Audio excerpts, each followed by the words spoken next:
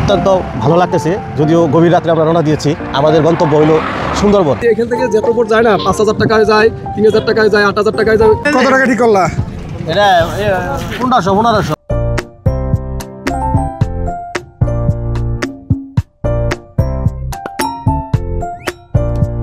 এই মুরব্বি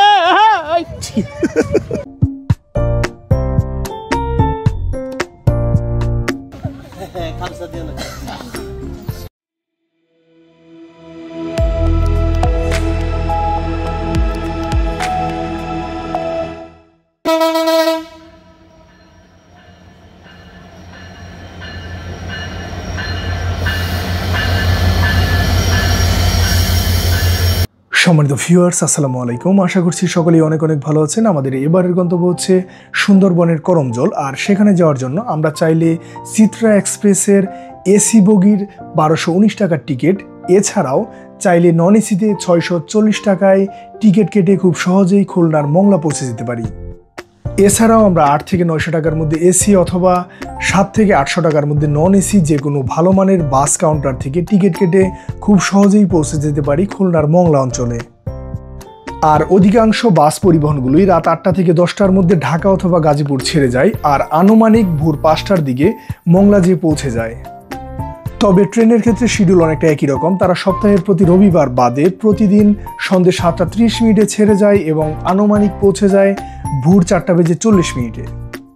তবে আজ আমরা বাস অথবা ট্রেনে নয়, নিজেদের পার্সোনাল প্রাইভেট কারে ভোর 4টা বাজে রওনা দিয়ে আপনাদের সঙ্গে গল্প করতে করতে গাজীপুর থেকে মংলার পথে বহুদূর চলে এসেছি। এই মুহূর্তে আমরা রয়েছি পদ্মা সেতুতে, আর আমরা রওনা দিয়েছিলাম ভোর 4টা বাজে। আর এই মুহূর্তে আমার সঙ্গে রয়েছে আমার বন্ধু সুহেল, আমাদের বাদল চাচা, ছোটো ভাই সুজন মুক্তার, আর রয়েছে আমার বন্ধু শাকিল। এখন আমরা প্রত্যেকের কাছ থেকে একটু একটু করে শুনবো আমাদের এই মুহূর্তে ভোরবেলা পদ্মা সেতুর একেবারে গুড়ায় আপনারা দেখতে পাচ্ছেন। আমাদের প্রত্যেকের অনুভূতিটা অল্প সময় একটু শুনবো। প্রথমে শুরু করছি বাদল চাচাকে দিয়ে। অত্যন্ত ভালো লাগতেছে। যদিও গভীর রাত্রে আমরা রওনা দিয়েছি, আমাদের গন্তব্য হইল সুন্দরবন। পদ্মা সেতুতে আছি, অত্যন্ত ভালো লাগতেছে। গভীর রাতে রওনা দিয়েছি আমরা, এখন আছি পদ্মা সেতুতে। আমাদের অনেক অনুভূতিটা অনেক ভালো। আমাদের এটা জানি অনেক হয়, যাত্রা জানি শুভ হয়। এটা সবার কাছে দোয়া চাই।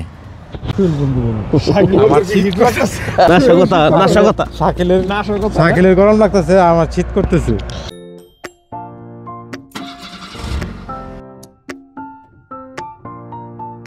এই মুহূর্তে ভোর 5:30 আর আমরা গাজীপুরের জয়দেবপুর থেকে ভোর 4টা বাজে রওনা দিয়েছি। মাত্র 1.5 ঘন্টায় পদ্মা সেতুতে এসে পৌঁছেছি। আর আমরা এই মুহূর্তে পদ্মা সেতুর একেবারে উপরে আছি, আর মাত্রই সূর্য উঠতে চলেছে। সত্যি অসাধারণ একটি পরিবেশ।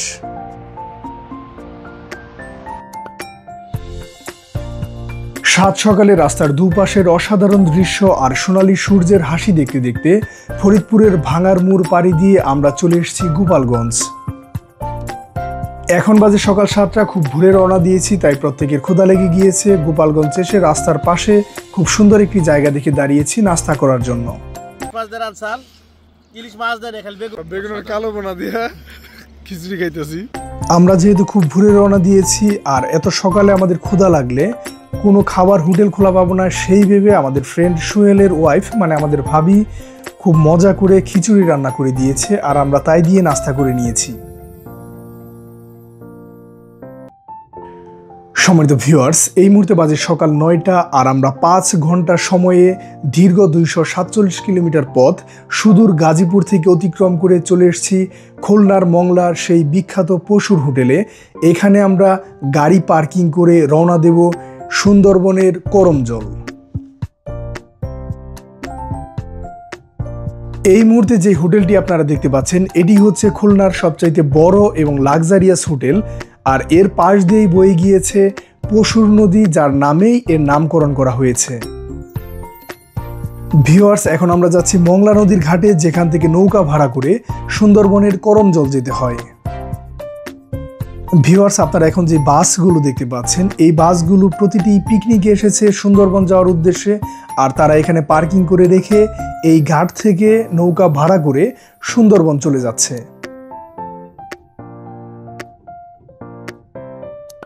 যেহেতু সুন্দরবন ভ্রমণ করতে আসা অধিকাংশ মানুষই এই ঘাট থেকে নৌকা ভাড়া করে নিয়ে সুন্দরবন যেয়ে থাকে, যার কারণে এখানে ভাড়ার পরিমাণ একটু বেশি। তাই আমরা ঠিক করেছি খেয়া দিয়ে নদী পার হয়ে দক্ষিণ পাশ থেকে নৌকা ভাড়া করব। বাঘ তো সুন্দরবনে আছে, তো সবাই জানে, কিন্তু বান্দা না। হরিণ ছাড়া আছে, বান্দা আছে। হরিণ একটা নিয়ম যাবো, ওইটা কিনে বেচা কিনা হয়নি, তাহলে এগুলো সরকারি ভাবে কিনতে হয়, সরকারি ভাবে।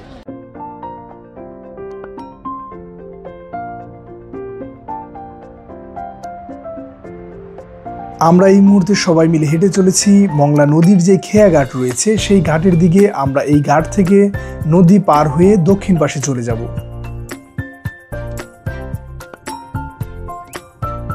এই মুহূর্তে আমরা যে নদীটি পার হতে চলেছি এর নামই মূলত মংলা নদী। আর এই নদী পারাপার হওয়ার জন্য একমাত্র উপায় হচ্ছে এই খেয়া ঘাট। আপনি শুধুমাত্র নৌকা এবং ফেরির মাধ্যমেই এই নদী পারাপার হতে পারবেন।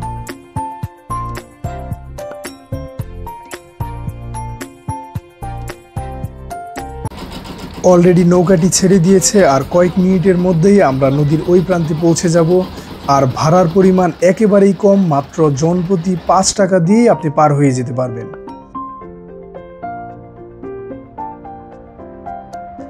আর আপনি চাইলে প্রাইভেট কার নিয়ে নদীর এই প্রান্তে চলে আসতে পারবেন। সেক্ষেত্রে ফেরিতে চলে আসতে হবে, আর দিনে শুধুমাত্র 2 বার এই সুযোগ আপনি পেয়ে যাবেন।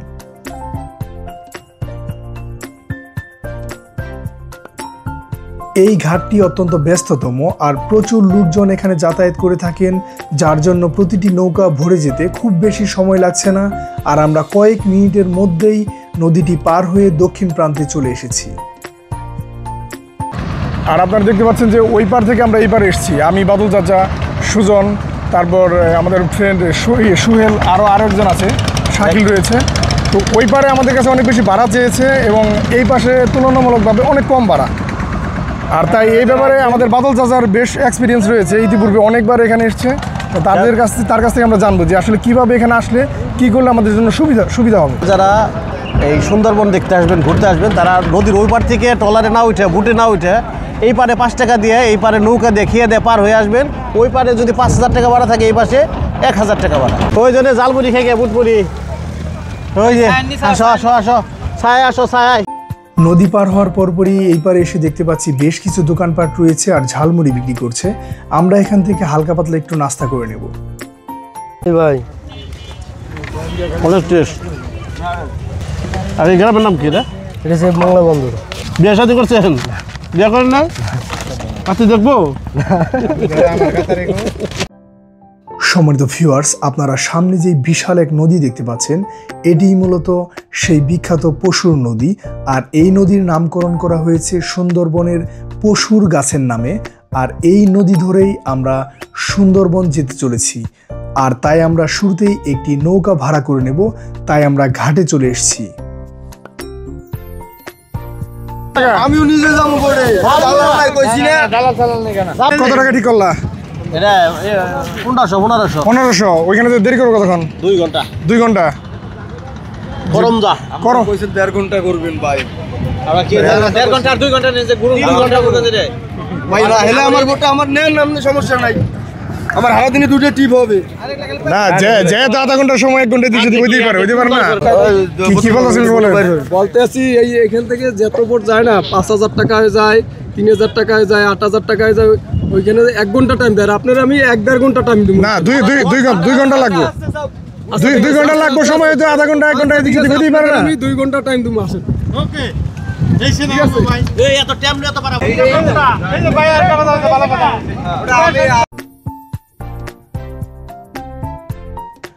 অবশেষে আমরা নদীর দক্ষিণ প্রান্তে এসে আমাদের টার্গেট অনুযায়ী মাত্র 1500 টাকা দিয়ে একটি মাঝারি সাইজের নৌকা ভাড়া করেছি। নৌকাটি বেশ সুন্দর, আশা করছি খুব স্বাচ্ছন্দ্যে আমরা সুন্দরবনের করমজল যেয়ে পৌঁছাতে পারবো।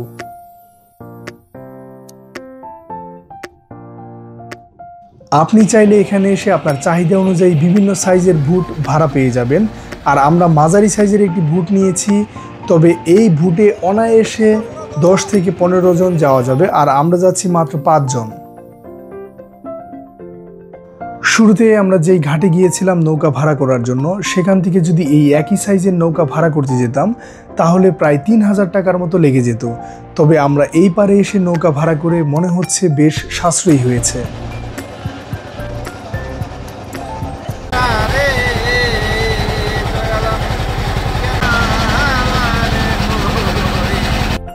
নদীটা সত্যি এতটাই সুন্দর, যদি আপনি এখানে না আসেন কখনো কল্পনাই করতে পারবেন না।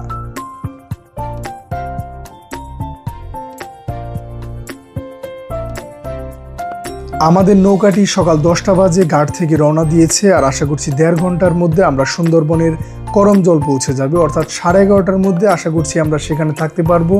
আর সত্যি সামনে খুব সুন্দর সুন্দর দৃশ্য চলে আসছে, আশা করছি খুব দ্রুত সময়টি কেটে যাবে।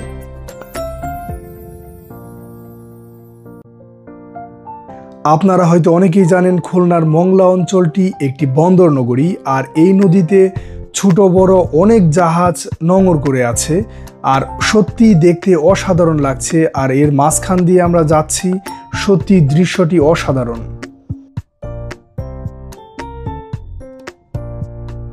এই ধরনের নৌকা দেখলেই বুঝতে পারবেন তারাও আমাদের মতো সুন্দরবনের করমজল ছুটে চলেছে তার সৌন্দর্য উপভোগ করার জন্য।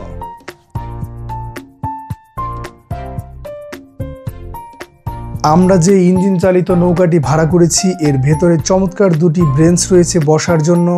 বাদল চাচা আর সুজন মুক্তার তারা খুব স্বাচ্ছন্দ্যে শুয়ে বসে এখানে সময় পার করছে। এই হচ্ছে আমার ফ্রেন্ড শাকিল, সে নিজেও একজন কন্টেন্ট ক্রিয়েটর এবং সে খুব দারুণভাবে পশুর নদীর এই দৃশ্যগুলো উপভোগ করছে।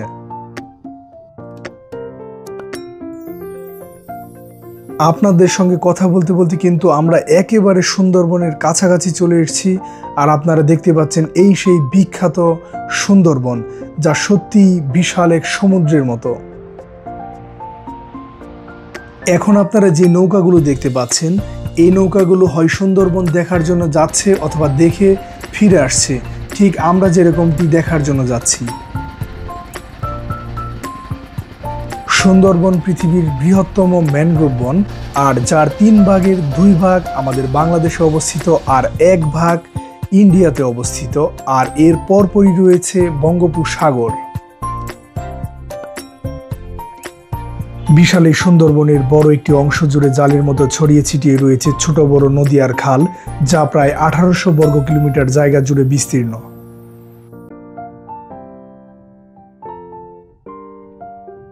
এখন বাজে বেলা 11:30, আর আমরা সুন্দরবনের প্রাকৃতিক দৃশ্য উপভোগ করতে করতে অবশেষে সুন্দরবনের করমজল এসে পৌঁছেছি। বিশাল এই সুন্দরবন বাংলাদেশের বেশ কয়েকটি জেলা জুড়ে অবস্থিত, তার মধ্যে বাগেরহাট, খুলনা এবং সাতক্ষীরা। আর এই সকল স্থানে বেশ কয়েকটি পয়েন্ট রয়েছে যেখানে এসে দর্শনার্থীরা খুব সহজেই সুন্দরবনের অসাধারণ দৃশ্য উপভোগ করতে পারে। আর এর মধ্যে অন্যতম হচ্ছে সুন্দরবনের করমজল, আর যেখানে আমরা এসেছি।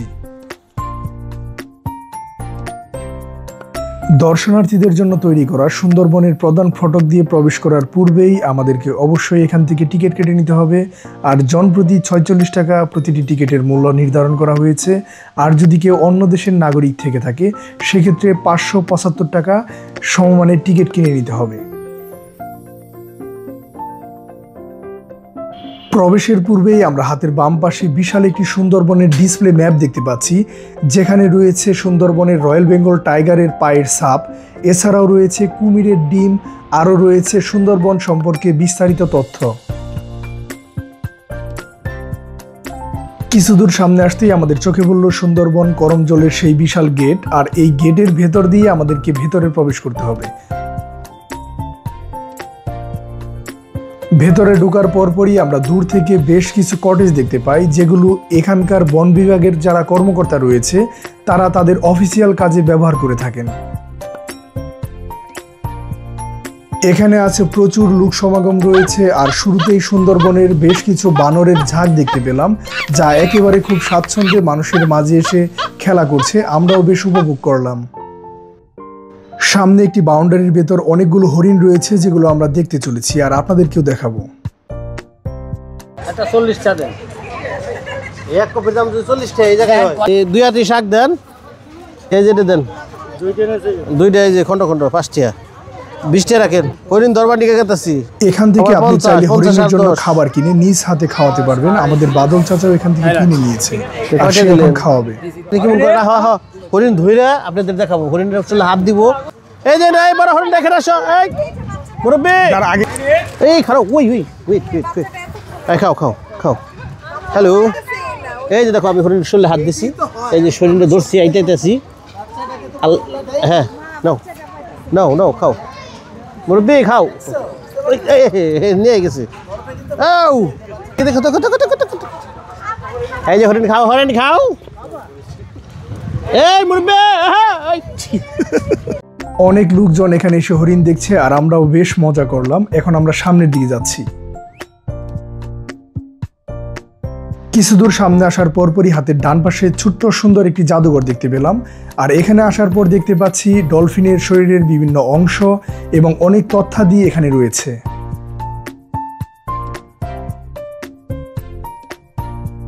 আবারও কিছু দূর সামনে আসার পর হাতের বাম পাশে দেখতে পেলাম বেশ কিছু হাউজ করা যা নেট দিয়ে মোড়ানো আর ভেতরে অনেক অনেক কুমির রয়েছে।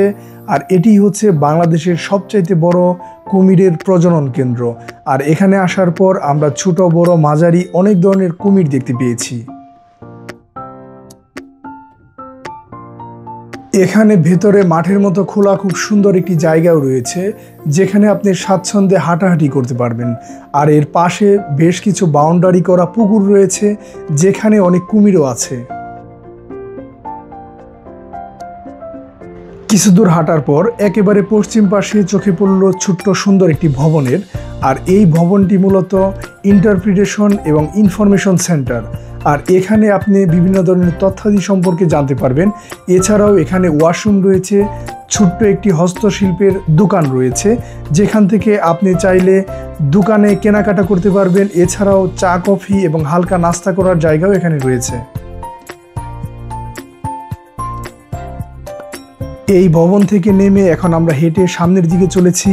আর এখন মূলত আমরা যাব সুন্দরবনের ফুড ট্রেইলের উপরে। আর সেই ট্রেইলের উপর দিয়ে হেঁটে সম্পূর্ণ সুন্দরবন আমরা ঘুরে ঘুরে দেখব যতটুকু হাঁটার জায়গা রয়েছে আর আপনাদেরকেও দেখাবো।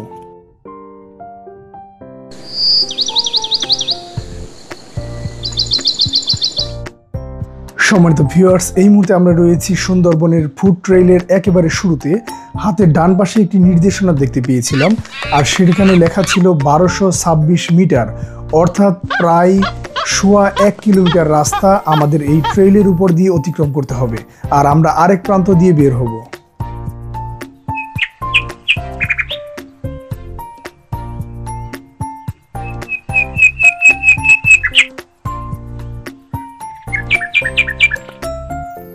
সমুদ্রপৃষ্ঠে থাকার কারণে অতীতকালে এই বনের নামকরণ করা হয়েছিল সমুদ্র বন। পরবর্তীতে প্রাচীন আদিবাসীরা এই বনের নামকরণ করে চন্দ্রবান্ধে। আর এর পরবর্তীতে ধারণা করা হচ্ছে সুন্দরবনের সুন্দরী গাছের আধিক্যের কারণে এই বনের নামকরণ করা হয়েছে সুন্দরবন। ফুড ট্রেইলের উপর দিয়ে হেঁটে বনের অসাধারণ দৃশ্য দেখতে দেখতে ইতিমধ্যেই আমরা বনের ওয়াচ টাওয়ারের একেবারে কাছাকাছি এসে পৌঁছে গিয়েছি। আর এখন আমরা ওয়াচ টাওয়ারের উপরে উঠে আমরা নিজেরাও দেখব আর আপনাদেরকেও দেখাতে চলেছি। এই ওয়াচ টাওয়ারটি বেশ উঁচু, প্রায় 4 তলার সমান। আশা করছি এর উপরে উঠে বনের আশেপাশের দৃশ্য খুব সুন্দরভাবে দেখতে পারবো।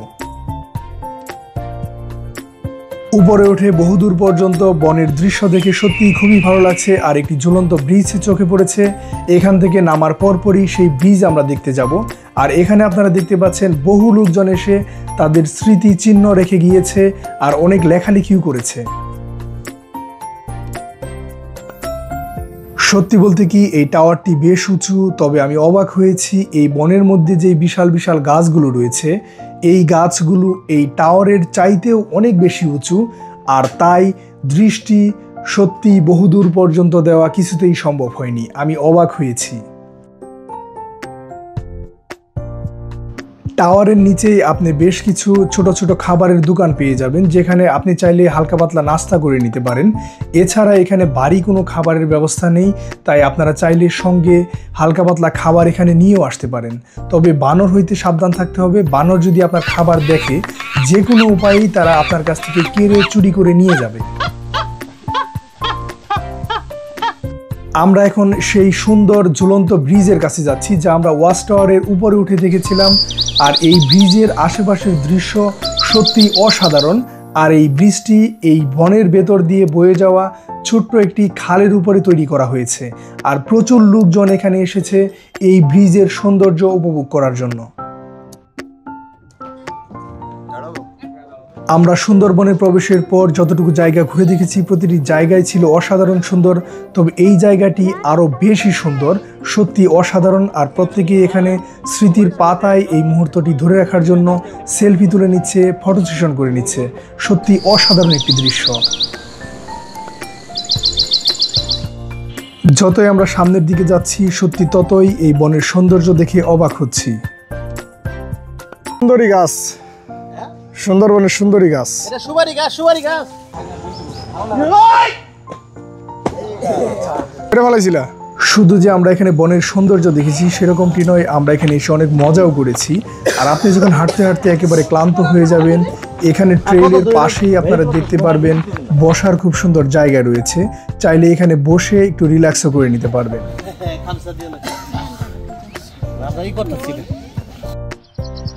একটি বিষয় আমাদের খুবই লক্ষ্য রাখতে হবে, আর সেটি হচ্ছে কোনো অবস্থায় বনের সৌন্দর্যে আকৃষ্ট হয়ে ফুড ট্রেইল থেকে নেমে বনের ভেতরে হাঁটাহাঁটি করা যাবে না। সেক্ষেত্রে বন্য প্রাণীর আক্রমণের শিকার হতে পারেন। আমরা বনের সৌন্দর্য উপভোগ করতে করতে একেবারে ফুড ট্রেইলের শেষ প্রান্তে চলে এসেছি।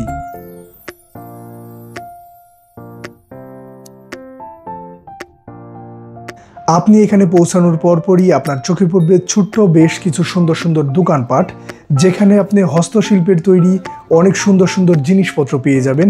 এছাড়াও সাজুগুজু করার জিনিস, এছাড়াও আরও রয়েছে আচার, চকলেট সহ বিভিন্ন ধরনের খাবারের আইটেম। আর সেগুলো আপনি চাইলে আপনার বাসায় কিনে নিয়ে যেতে পারবেন।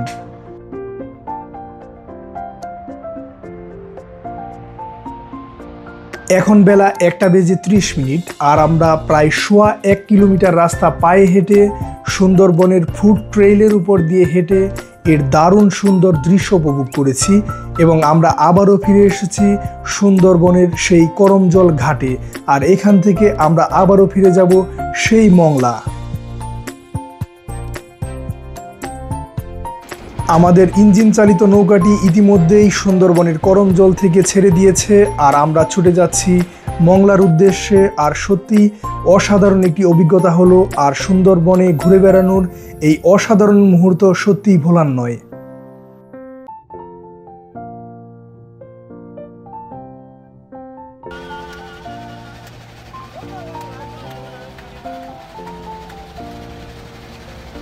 সুন্দরবন ভ্রমণে এসে যদিও আমরা বাঘ দেখতে পাইনি, তবে এতে আমাদের বিন্দু পরিমাণ আফসোস নেই। আর এর কারণ হচ্ছে সুন্দরবনের সৌন্দর্যে এতটাই আমরা মুগ্ধ হয়েছি, আর এর বিশালতা এতটাই আমাদেরকে আকৃষ্ট করেছে, যা সত্যি অসাধারণ। আর এটি আমাদের জন্য যথেষ্ট। আপনাদের সঙ্গে কথা বলতে বলতে সুন্দরবন আর পশুর নদীর অসাধারণ দৃশ্য দেখতে দেখতে ইতিমধ্যেই আমরা ঘাটের একেবারে কাছাকাছি চলে এসেছি। এই মুহূর্তে আমরা যেই ঘাটে নামছি, এই ঘাটটি যেই ঘাট থেকে আমাদের নৌকা ছেড়ে গিয়েছিল তার ঠিক অপোজিটে, অর্থাৎ মংলা নদীর উত্তর পাশে। তাই আমাদের নতুন করে খেয়া পার হওয়ার প্রয়োজন পড়ছে না। আমরা সরাসরি এখান থেকে পশুর হোটেলে চলে যাব। আমাদের 1.5 ঘন্টা লেগেছে এখানে পৌঁছাতে, আর এখন বাজে বেলা প্রায় 3টা।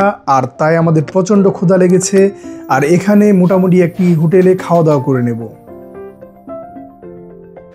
এখানে আমরা জনপ্রতি 150 টাকায় পশুর নদীর মাছ, সাদা ভাত আর ডাল দিয়ে পেট ভরে খেয়ে নিয়েছি। যদি হোটেলের মান খুব একটি ভালো ছিল না, তবে খাবার বেশ সুস্বাদু ছিল। আপনারা যারা এখানে পিকনিকে আসবেন তারা চাইলে রান্না বান্না করার যে জিনিসপত্র রয়েছে, যেমন হাঁড়ি পাতিল, বাসনকুসন, লাকড়ি, এছাড়াও রান্নার অন্যান্য প্রয়োজনীয় জিনিসপত্র সঙ্গে নিয়ে এখানে চলে আসতে পারেন। আর এখানে আপনি চুলা এবং ওয়াশরুম সহ ভাড়া পেয়ে যাবেন, যেখানে আপনি স্বাচ্ছন্দ্যে নিজেরাই রান্নাবান্না করে খেয়ে নিতে পারবেন।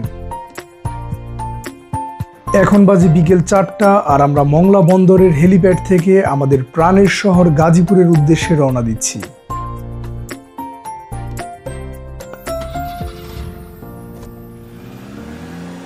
সম্মানিত ভিউয়ার্স, আশা করছি আমাদের আজকের এই ভিডিওটি আপনাদের কাছে অনেক বেশি ভালো লেগেছে। আর শেষ পর্যন্ত দেখার জন্য অনেক অনেক ধন্যবাদ। ভালো থাকবেন। আসসালামু আলাইকুম।